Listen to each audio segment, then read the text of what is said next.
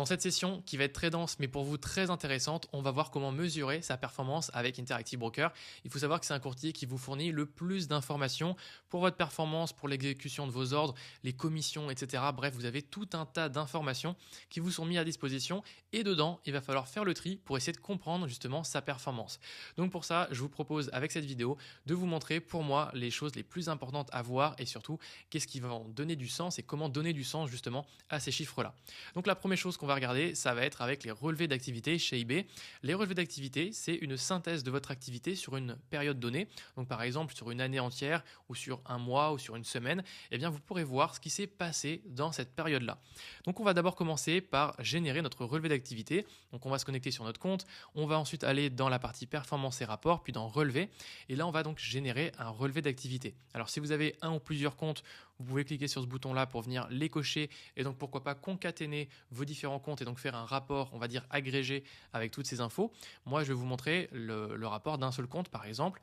Et donc pour ça, je vais aller dans relevé d'activité, cliquer sur cette petite icône d'exécution et là, je vais exécuter par exemple un relevé annuel puisque là, il y aura plus d'informations à vous montrer et je vais prendre l'année 2023 où il y avait un petit peu de transactions et des choses intéressantes à commenter. Donc je clique dessus et là, on va donc voir un relevé qui va être généré donc entre la période du 1er janvier et du 31 décembre de l'année 2023. Donc ce sera vraiment que sur cette période-là qu'on va afficher les informations de ce qui s'est passé sur le compte. Donc la première chose à regarder, ici ce sera sur l'actif net et on va montrer en fait comment a évolué son actif, donc la valeur de ce compte tout simplement dans le temps. Et on peut voir qu'au 31/12, donc au 1er janvier de l'année, j'avais 5 700 € de trésorerie. À la fin, je me suis retrouvé avec 51 000, donc ça a évolué positivement, donc puis j'ai eu plus 45 000 € de trésorerie positive.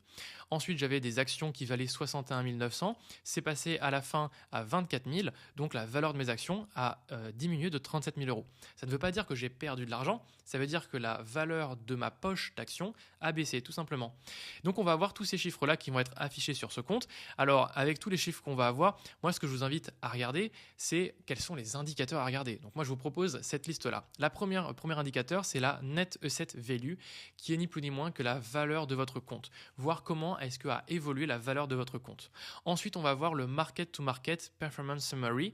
Donc ça va vous permettre de voir eh bien, si avec les marchés financiers, vous avez gagné ou perdu de l'argent. On ne parle pas ici de la plus ou moins value réalisée ou non réalisée. Là, on parle simplement de la performance en bourse. C'est-à-dire que par exemple, si vous avez acheté une action Apple à 100 €, qu'aujourd'hui elle vaut 150 et que vous n'avez pas revendu, eh bien vous avez une mark to market de plus 50 € parce que vous avez pris dans la valeur de votre compte, vous avez gagné 50 € en valeur de compte.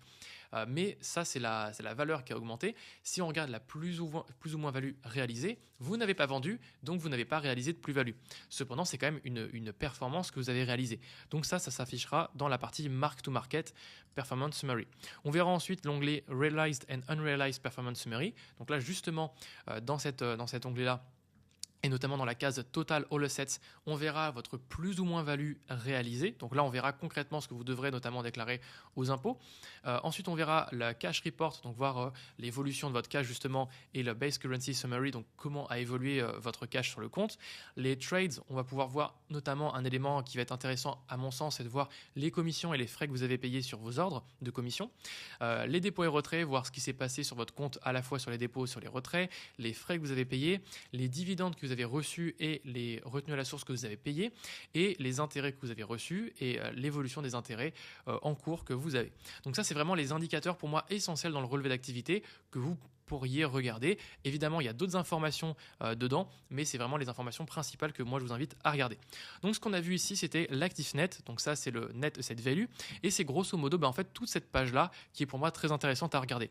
Ce qu'on nous dit en fait tout simplement, c'est que au 31/12, mon compte valait 67 900 €, à la fin il valait 76, donc j'ai eu une variation de 8000. Et bien comment est-ce que ces 8000 sont atterris sur mon compte?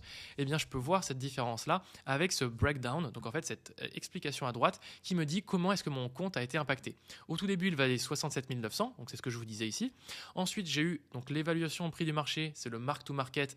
Donc ça veut dire que grâce au marché financier dans son ensemble, j'ai gagné 2630 31 euros. Ensuite, je vais avoir les dépôts et retraits. Donc là, c'est une valeur qui est positive. Ça veut dire que j'ai plus déposé que j'ai fait de retrait sur mon compte. Ensuite, les dividendes que j'ai perçus, évidemment, là, c'est pas négatif puisque j'ai reçu des dividendes. Donc ça, ce sont tous les dividendes que j'ai reçus. La retenue fiscale, c'est la retenue à la source. Donc quand je reçois des dividendes, je suis automatiquement prélevé d'une retenue à la source, donc ça va venir passer en réduction, donc ça va réduire la valeur de mon compte. Je vais avoir une variation des dividendes cumulés, donc là c'est un petit peu technique, mais entre quand un dividende est annoncé avec une certaine valeur et quand il est distribué sur votre compte, eh bien, il y a une variation du taux de change qui fait que ça va avoir un impact sur votre compte. Ensuite, vous allez avoir les intérêts. Donc moi, j'ai gagné des intérêts sur Interactive Broker.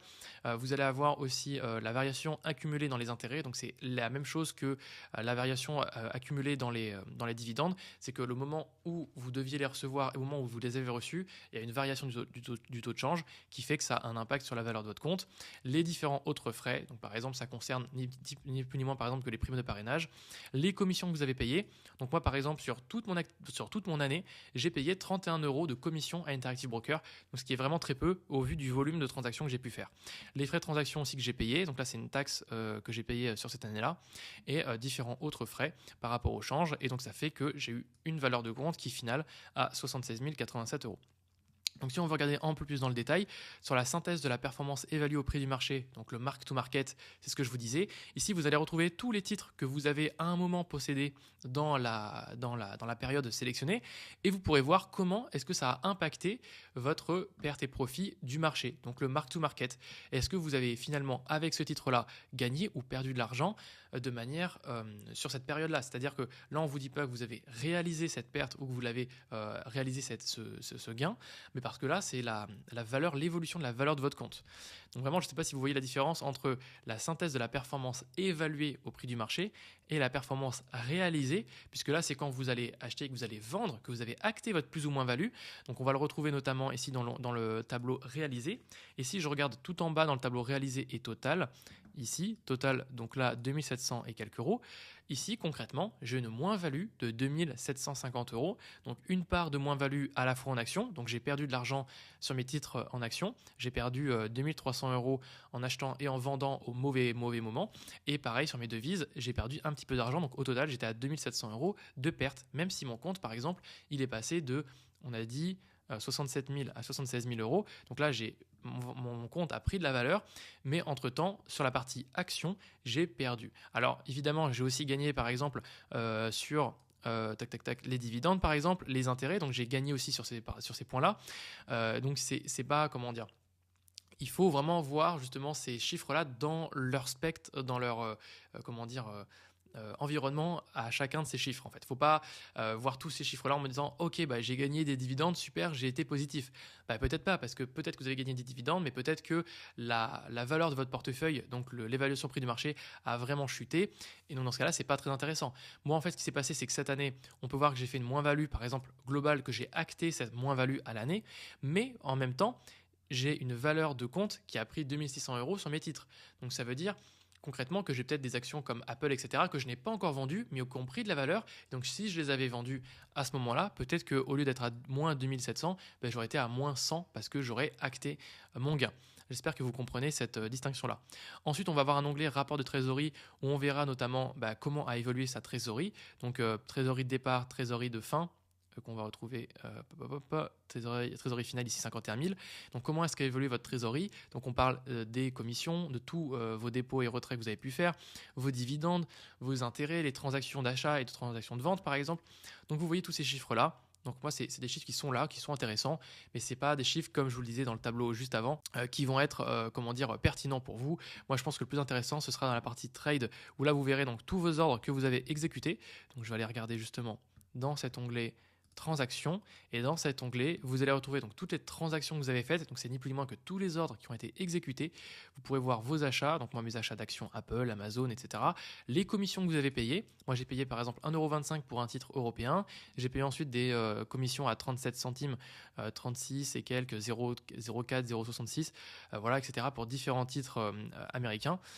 Donc voilà, ça peut être intéressant, et donc de voir qu'à la fin on se retrouve à payer donc 18 plus 11, donc autour de 30 € à peu près de commission au total sur l'année. Ensuite, on va avoir un onglet dépôt et retrait qu'on va retrouver un peu plus bas. ici dépôt et retrait pour voir la somme de tous vos dépôts et tous vos retraits sur votre compte. Donc c'est des chiffres qui peuvent être intéressants quand vous faites votre bilan annuel à constater. Les différents frais que vous avez pu payer. Donc moi par exemple j'ai eu des frais que j'ai payés sur différentes commissions et par exemple des bonus de parrainage si vous avez du parrainage.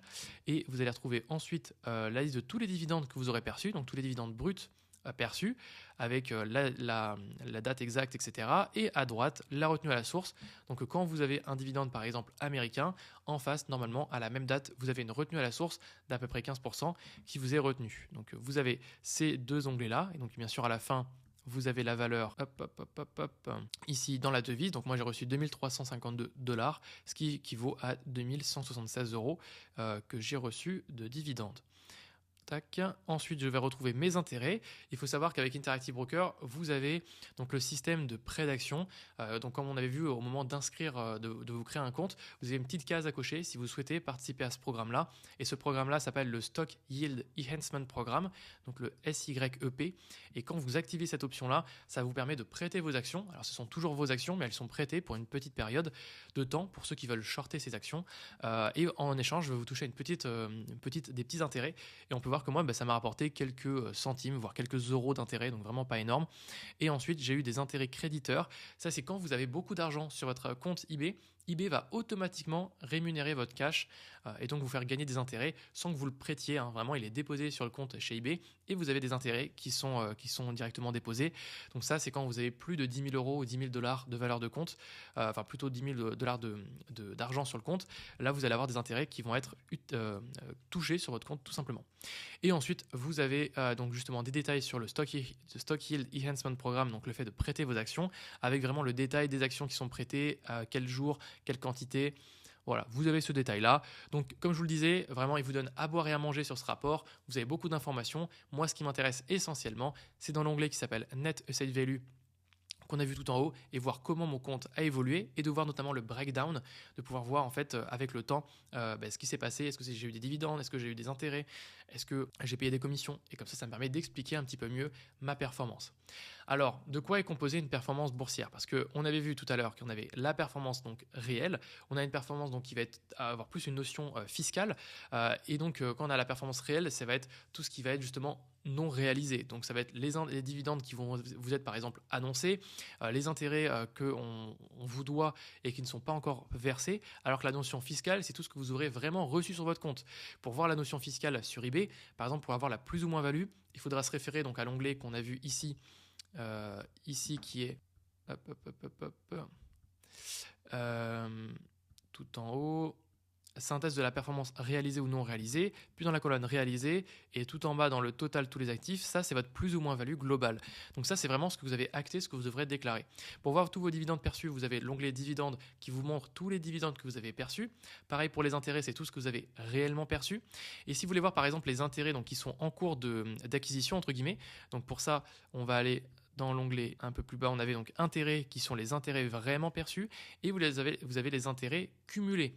Ça veut dire que pendant la période en cours, on peut voir qu'il y a des intérêts donc, qui ont été courus. Ça veut dire qu'on vous doit ces intérêts-là pendant la période. On vous a donné dans cette période ici les extons des montants cumulés, donc 248 €. Ça veut dire qu'à la fin, il vous reste encore 139 qu'on vous doit et qui n'a pas encore été reversé. Donc moi, ce qui se passe, c'est que l'année d'après, en janvier d'après, j'ai eu un virement de 139,81 € que j'aurais dû, donc, parce qu'en fait là, c'est de l'argent qui était cumulé pour le mois de décembre, mais que j'ai reçu donc que l'année d'après. Donc voilà, ça c'est les intérêts qui sont cumulés, qui n'ont pas encore été versés. Et donc ça, si vous prenez effectivement la notion de performance fiscale donc réalisée, il ne faudra pas les inclure. Par contre, si vous prenez la notion de performance réelle de est-ce que j'ai gagné des intérêts, eh bien oui, il faudra les prendre en cours puisque ce sont des intérêts qui vous sont dus. Je ne sais pas si vous voyez vraiment cette distinction entre vraiment le réel et la notion plutôt de fiscal. Ça, c'était vraiment pour voir la mesure de votre performance qu'on a vue justement réelle. Alors, pour la partie justement performance réelle, on va avoir différentes méthodologies de mesure de performance, puisque on a des chiffres. Maintenant, c'est bien de voir des chiffres. Maintenant, si on veut se comparer par exemple à l'année d'avant ou à une période ou par exemple à quelqu'un, on va devoir mesurer cette performance, parce que cette performance, elle est affichée en chiffres. Maintenant, il faut la mesurer. Donc, première mesure, ça va être le Simple Return. Le Simple Return, ça va vous permettre de mesurer de manière très simple votre performance. Maintenant, si vous souhaitez être un peu plus, avec plus de complexité, pas vraiment de complexité, mais plus de nuances votre performance, on va avoir besoin de deux autres types de performance qui va être le TWR, le Time Weighted Return, et le MWR, le Money Weighted Return. Donc déjà, le Simple Return, en quoi ça consiste? C'est simplement le retour sur investissement. La définition, elle est très très simple. Vous allez mesurer la performance d'un investissement sans prendre en compte les dépôts et les retraits d'argent et ni de la gestion du temps pendant ce cadre-là. Concrètement, si vous vous dites « Ok, j'ai déposé 1000 euros sur mon compte. Aujourd'hui, il vaut 1500 euros. Donc, dans votre tête, vous avez gagné 500 euros. Donc, c'est 500 sur 1000. Vous avez fait 50%. Et donc là, dans votre tête, c'est juste j'ai fait 50%. C'est ce qu'on appelle le simple return. Mais cette notion-là ne prend pas en compte le temps. C'est-à-dire que faire 50% en 3 jours ou faire 50% sur 5 ans, ce n'est pas du tout la même performance. Vous vous en douterez bien. Donc, c'est pour ça que cette notion-là, elle ne fait pas vraiment sens, je trouve. Donc, elle est très intéressante d'avoir cette info quand on fait un investissement vraiment très simple. Maintenant, si vous souhaitez vraiment mesurer votre performance, surtout sur une stratégie boursière où vous faites par exemple du DCA, où vous achetez, vous vendez, etc., ça n'a pas vraiment de sens, je trouve, ce type de mesure. Donc, on va avoir deux autres types de mesures qui vont être le TWR, le Time Weighted Return, qui va être un taux de rendement qui va être pondéré dans le temps. Donc là, on ne va pas prendre en compte les entrées et les sorties d'argent. Donc la définition, c'est la suivante. C'est une méthode de calcul de la performance sans prendre en compte, donc, comme je vous le disais, l'impact des flux de trésorerie rentrants et sortants. Et donc, elle va être idéale pour mesurer, par exemple, une performance d'un fonds, par exemple, d'un fonds de gestion qui ne va pas prendre en compte à quel moment est-ce que quelqu'un est rentré dans la méthode ou quelqu'un est sorti de la méthode, parce que forcément, au moment où vous achetez ou vous vendez, ça va jouer sur la performance finale. Et donc, si vous souhaitez maintenant voir cette performance, justement, à quel point est-ce que vous avez bien réussi à investir dans votre méthodologie, on va utiliser l'indicateur, le MWR, le Money Weighted Return, qu'on appelle aussi en français le TWR, le TRI. La définition, elle est pareil, un petit peu plus complexe. Je trouve que c'est une meilleure mesure de la performance à titre individuel. Je veux dire, donc à l'échelle d'un fonds, ce sera mieux d'utiliser le TWR. Par contre, pour un individu, il vaut mieux utiliser le MWR parce que donc, cette méthode, c'est la méthode de calcul qui va vous prendre en compte la performance en prenant en compte donc, la performance des actifs, mais aussi de l'impact des flux de trésorerie. Donc que vous achetiez ou que vous vendiez au bon ou au mauvais moment, on va le prendre en compte dans le calcul de la performance. Et donc pour moi, c'est idéal dans le cas où vous allez mesurer justement la performance d'un individu et de voir à quel point est-ce qu'ils ont bien réussi à faire leurs achats. Alors je sais que tout ça, ça peut paraître assez flou. Pourquoi je vous en parle? Parce que Interactive Broker utilise ces deux méthodes de mesure, le TWR et le MWR, et comme ça s'affiche sur les interfaces, il faut comprendre ce qui est affiché devant nos yeux, donc il faut pouvoir le définir. Je vais essayer pour ça de vous donner un exemple, j'essaye le plus clair possible parce que je sais que c'est un peu technique, surtout quand on démarre en investissement. Mais admettons qu'on a un fonds qui s'appelle The Fund, ici, où on va démarrer à un prix de 10 $. Il faut savoir que ce fonds-là, si on met 10 $ au tout début, en avril, la valeur des actions va baisser un petit peu. Ensuite, en septembre, ça va augmenter un petit peu. Et en décembre, ça va venir redescendre puis remonter pour atteindre à peu près 11 $. La question de savoir, c'est, imaginons, on a 3 investisseurs. On a Dan qui, lui, investit dans le fonds au tout début. On a ensuite Kate qui, elle, investit en avril. Et on a Léon qui, lui, investit en septembre. Eh bien, il faut bien comprendre que le fonds, on est d'accord que le fonds, de manière globale, il a fait une certaine performance qui, aujourd'hui, est de 10% de TWR. Ça, c'est la performance du fonds. Maintenant, est-ce que les investisseurs, eux, ont fait des performances similaires? Eh bien non, parce qu'ils ont investi à des moments différents. Donc, comme ils ont investi à des moments différents et donc ils ont fait une gestion du flux achat, du flux d'argent entrant et sortant à des moments différents, forcément, leur performance individuelle va être différente chacun d'entre eux. Par contre, la performance du fonds, elle, reste toujours la même. Et donc, si on mesure et si on regarde la différence de performance de l'un à l'autre, Dan, lui comme lui, il a investi au tout début de la méthode et qu'il n'a jamais vendu, qu'il n'est jamais sorti du fonds, il a toujours mis 10 au début et on regarde à la fin, eh bien il a la même performance que le fonds parce qu'il a été all-in dans tout le fonds pendant toute la durée de l'investissement. Par contre, Kate, elle va avoir un meilleur MWR, donc elle va avoir une performance qui va être meilleure que le fonds, qu'elle va avoir 15% au lieu de faire 10% avec le fonds. Pourquoi? Parce que quand le fonds il a perdu de la valeur, elle a acheté à ce moment-là. Donc en fait, elle a profité d'un bon timing market, du fait que le marché soit bas pour qu'elle achète à un bon prix d'achat et donc après à la fin elle se retrouve avec un peu plus d'actions que Dan qui lui avait acheté un peu plus cher. Et si on compare par exemple avec le cas de Léon, lui a acheté quand le fonds valait beaucoup d'argent et malheureusement il a perdu de l'argent. Et donc le fonds il a fait au global 10% sur la période globale, mais lui il a fait moins 7,5 parce qu'il a acheté, parce qu'il est rentré dans le fonds au mauvais moment. Et j'espère que vous comprenez du coup cette distinction entre le TWR qui va mesurer une performance sans prendre en compte les achats et ventes et à quel moment vous faites votre achat et votre vente, alors que le MWR va prendre en compte justement ces flux d'entrée-sortie d'argent, justement. Et donc, quand on va parler de tout ça, on va parler du portfolio analyst de chez Interactive Broker, qui va être l'interface beaucoup plus globale pour voir sa performance de compte. Et c'est dedans où justement on va aller voir ces deux indicateurs qu'on va retrouver. Donc on va aller dans performance et rapport, puis dans portfolio analyst. Et on peut choisir ici une plage de date sur laquelle on va faire cette analyse de portefeuille. Quand vous sélectionnez un seul compte, vous pouvez sélectionner depuis le début de la création de votre compte, ce qu'on appelle aussi Inception en anglais. Donc moi j'aime bien prendre cette mesure-là pour voir justement comment a évolué son compte. On peut choisir ensuite la fréquence, la mesure de performance, et c'est là où vous allez voir ici le rendement pondéré sur le plan financier. Donc ça, c'est le Money Weighted Return. Et on va voir en dessous ici le rendement pondéré dans la durée. Donc ça, c'est le Time Weighted Return. Donc si vous souhaitez, grosso modo, vous comparer à la gestion d'un fonds, par exemple, et de voir est-ce que vous avez fait une bonne stratégie boursière. Dans ce cas-là, ce serait intéressant de voir le Time Weighted Return. Et si vous souhaitez voir à quel point est-ce que vous avez bien timé votre propre fonds, c'est-à-dire que si, par exemple, dans votre méthodologie, vous dites chaque mois, j'achète une action, l'action 1, l'action 2, l'action 3. Chaque mois, vous avez cet achat-là. Eh bien, si un mois, vous vous dites, cette action-là, je la sens bien, je vais investir plus d'argent sur cette action-là.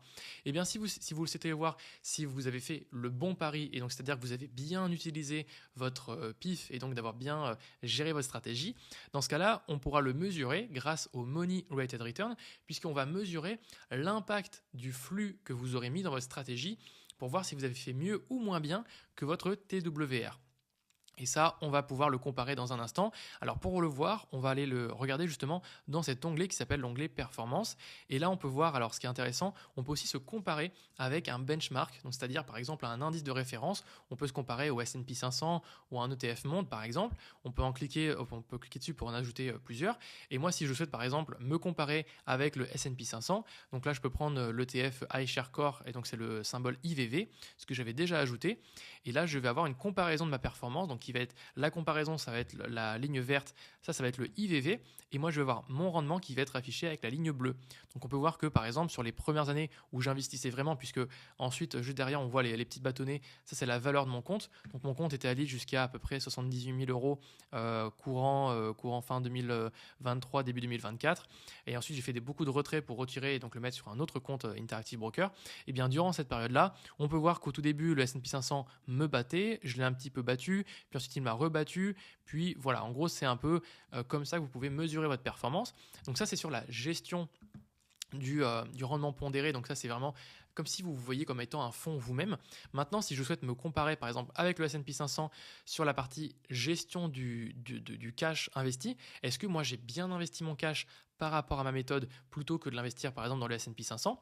Eh bien on peut voir que sur les premières années, la première année, eh bien j'ai pas vraiment bien investi mon argent, j'aurais mieux fait d'investir mon argent dans le S&P 500.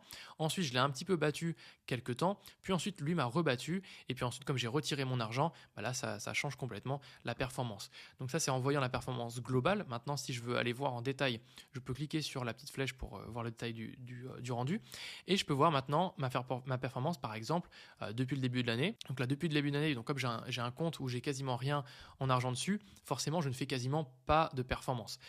Donc ici, si je regarde ma performance donc depuis le début de l'année, moi le S&P 500 fait moins 6,7, donc là concrètement moi je fais 0,29, donc j'ai battu le S&P 500, mais très concrètement je ne suis pas investi, j'ai quasiment pas d'actions, pas d'argent sur le compte, donc forcément je ne fais quasiment pas de performance. Mais en tout cas je fais mieux que le fait de perdre de l'argent avec le S&P 500 par exemple.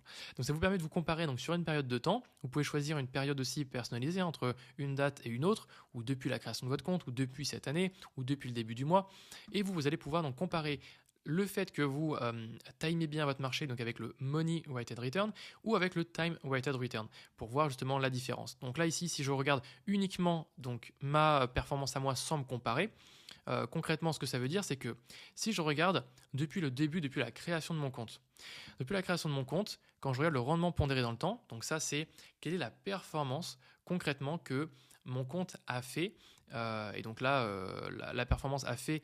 Non, justement, c'est pas concrètement la performance que mon compte a fait. C'est si j'avais mis 1 € au tout début de mon compte, que je n'ai ni retiré ni mis de nouvel argent dans ce compte-là, comment aurait évolué cet euro dans mon compte? Eh bien là, il aurait pris au total 349% si j'avais mis cet euro-là dans les différentes actions, placements que j'ai pu faire au cours du temps. Maintenant, concrètement, j'ai cet argent que j'ai mis, mais au fur et à mesure, j'ai déposé de l'argent, j'ai retiré de l'argent. Et concrètement, est-ce que j'ai vraiment fait 349%? Concrètement, non, j'ai fait 67% depuis la création de mon compte. Donc c'est comme ça qu'il faut visualiser la mesure de performance avec le portfolio analyste. Donc c'est est-ce que vous avez bien timé votre propre stratégie ou est-ce que vous l'avez mal timé? C'est un peu ça qu'il faut comprendre de cette mesure-là. Donc je comprends que c'est vraiment un sujet qui est assez technique, assez avancé, mais c'est comme ça que eBay fonctionne. Et comme c'est vraiment un outil qui est dédié à des professionnels, alors pas spécialement des professionnels, mais que beaucoup d'institutionnels et de professionnels utilisent, c'est des termes que eux utilisent beaucoup. Et donc, ils sont habitués à ces mesures de performance. Maintenant, si vous souhaitez avoir une visualisation de la performance un peu plus peut-être claire, ce que je vous invite à faire, c'est d'aller dans la partie rapport et vous allez générer ici un rapport depuis le début, qu'on appelle en anglais since inception, et vous allez générer donc un aperçu PDF, un snapshot. Alors, vous avez la version ici détaillée plus complète, où là vraiment vous avez un PDF très très complet. Moi, ce que je vais regarder, c'est surtout l'aperçu pour voir à quoi ressemble finalement mon compte sur cette période-là. Donc, je vais aller ouvrir ce PDF et vous le montrer ici. Donc, qu'est-ce qu'on retrouve? On retrouve, depuis la création de mon compte, la valeur de mon compte qui a évolué avec les petits bâtonnets bleus. Ensuite, il est comparé avec le S&P 500, le EFA, donc là, ce sont d'autres indices européens et mondiaux, par exemple. Et en fait, ça, c'est mesuré donc avec la méthode. Alors, il ne l'affiche quelque part ici. Voilà, la mesure de performance, elle est en TWR. Donc, c'est ce qu'on vient de dire à l'instant. C'est si j'avais mis 1 € au tout début de mon compte, eh bien, comment aurait évolué cet euro-là avec ma stratégie ou avec la stratégie des ETF, et bien on peut voir que là, forcément, comme j'ai été beaucoup plus risqué sur le peu d'argent que j'avais, j'ai fait une très très grosse performance, mais sinon j'aurais dû atterrir à peu près ici si je n'avais investi que dans du S&P 500 par exemple. Ensuite, on retrouve donc votre performance, le récapitulatif du mark-to-market qu'on a vu juste avant, donc les 4071, la somme des dépôts et retraits, vos dividendes perçus, vos intérêts, vos frais, bref, tout ça vous le retrouvez ici. Vous retrouvez aussi une petite distribution de votre retour sur investissement ainsi que votre allocation. Et si vous souhaitez un PDF vraiment très très complet sur l'ensemble de la performance de votre compte sur toutes les années complètes, il faudra cliquer sur cet élément-là. Et là, vous allez voir un très très gros PDF avec toutes vos transactions, tous vos dépôts, tous vos retraits, tous vos dividendes, tous vos frais dans ce très gros PDF qui ressemble à ceci. Hop. Donc là, vous voyez, je ne sais pas combien j'ai de pages, mais je dois avoir au moins, je pense, dans les 30 ou 40 pages. Je dois être dans les 45 pages. Donc là, on peut voir vraiment une analyse très, très, très, très complète de tout votre compte. Et alors là, donc en fait, là, vous avez à boire et à manger sur votre performance. Si vous souhaitez voir si vous avez été exposé à des risques ou quoi que ce soit, voir tous les titres que vous avez positionnés, quels sont les meilleurs titres qui vous ont rapporté le plus d'argent, par exemple, les titres qui vous ont rapporté le moins d'argent. Vous pourrez voir aussi, ça c'est bien aussi de pouvoir voir comment a évolué la valeur de votre compte. Moi, en fait, mon compte, il a essentiellement été composé à quasiment 90% d'equities, donc c'est-à-dire des actions ou des ETF, ou des titres. Un petit peu de real estate, puisque là, ce sont des actions américaines qui sont de l'immobilier, en fait, derrière. Vous avez aussi du cash. On peut voir que moi, j'étais très désinvesti, on va dire, en octobre. Donc, c'est bien aussi de pouvoir se comparer et dire, tiens, ce mois-ci, par exemple, pourquoi j'ai pas fait beaucoup de performance? Peut-être parce que j'avais beaucoup d'argent en cash et que j'avais peu d'argent qui était placé dans des actions. Et vous avez toutes ces informations-là. Je vais avoir la même chose sur le côté actions ETF, cash. Donc, pareil, on retrouve la même valeur. Mon allocation, je vais retrouver un peu tout ça. La performance par classe d'actifs. Donc moi, j'ai fait pas mal de performances en cash parce qu'il y a eu une grosse évolution du taux de change en début d'année, en tout cas en 2023.